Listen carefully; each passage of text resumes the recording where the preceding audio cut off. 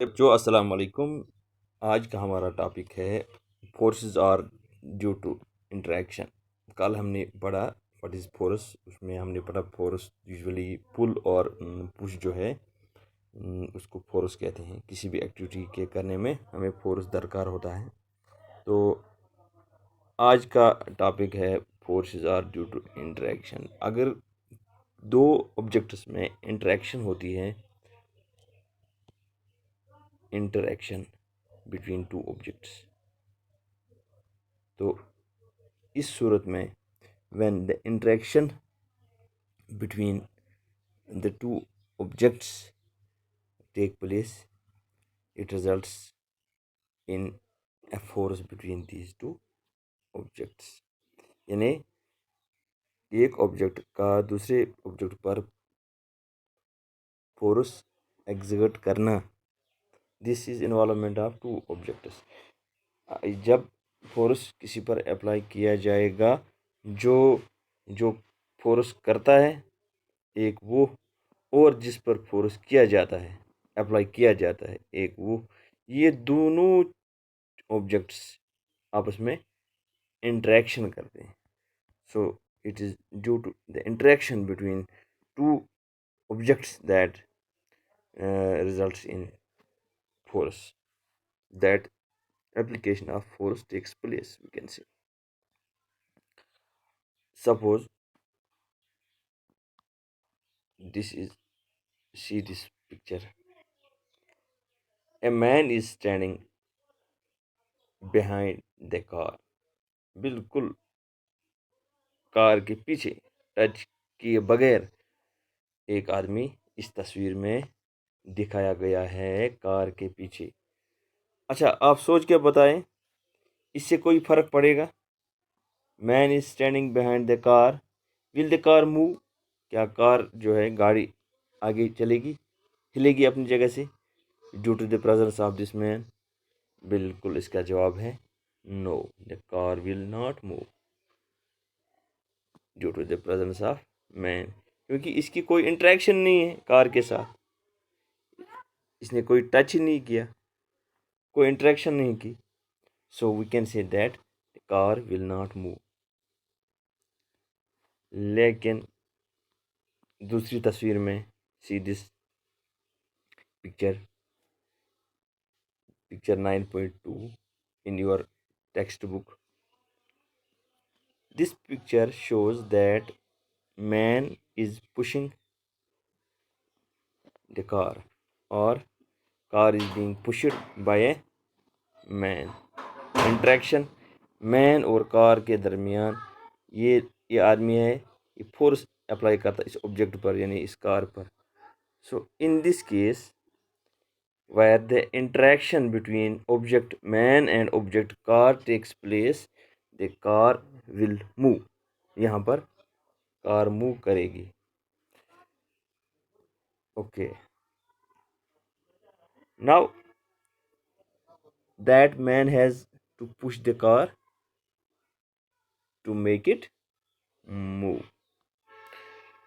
एक और तस्वीर देखेंगे, हु इज पुशिंग होम। ये देखें, आपने बचपन में, आप तो आज भी बच्चे, आप खेलते होंगे, हमने भी बचपन में बहुत इस तरह हमने खेला है कि दो बच्चे आपस में एक दूसरे के साथ फोर्स अप्लाई करते हैं, बाजू पकड़ के। ये बच्चा इसको हिलाने की कोशिश कर रहा है, पीछे धकेलने की कोशिश कर रहा है, ये बच्ची इसको पीछे धकेलने की कोशिश कर रही है। तो यहाँ से पता चला कि these two girls are applying force on each other by pushing। Who is pushing whom?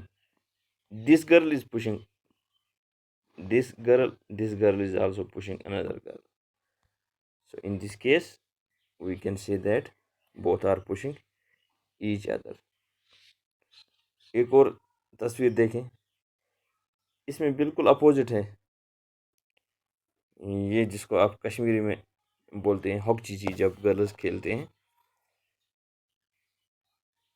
both the girls are pulling each other equally. देखें बैलेंस इसीलिए बरकरार है, एक गर्ल का फोर्स दूसरी गर्ल के फोर्स के लगभग बराबर है। In this case the interaction of force is taking place, they are moving, ये इस तरह गोल गोल गोल गोल सर्कल घूम रहे हैं, एक दूसरे पे फोर्स अप्लाई करके बैलेंस इस फोर्स से बनाया जा रहा है। ये गेम आप खेलते होंगे। So in this case, both the girls are pulling one another. Okay. एक और तस्वीर देखेंगे। Who is pulling home? In this picture, you can see, क्या आपको लग रहा है? दोनों, this ox and this farmer, they are applying force on each other. You can say that the farmer and the bull both are pushing each other, both are applying force on each other. This force is in the form of pull, ये पुल कर रहे हैं, अपने अपनी तरफ खींच रहे हैं। ओके, सो एट लास्ट हमने ये सारी तस्वीरें देख के, हमें एक्टिविटीज़ जब हम करते हैं या तस्वीरों से हमें पता चला कि at least 2 objects must interact for a force to come into play. Force के लिए 2 ऑब्जेक्ट्स का इंटरेक्शन ज़रूरी है, इसके बगैर फोर्स अप्लाई नहीं होगा।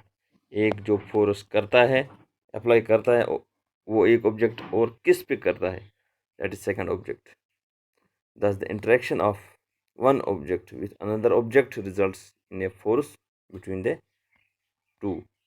फोर्स का मतलब ही ये है कि 2 ऑब्जेक्ट्स में इंटरेक्शन होता है, that results in force between the 2 objects।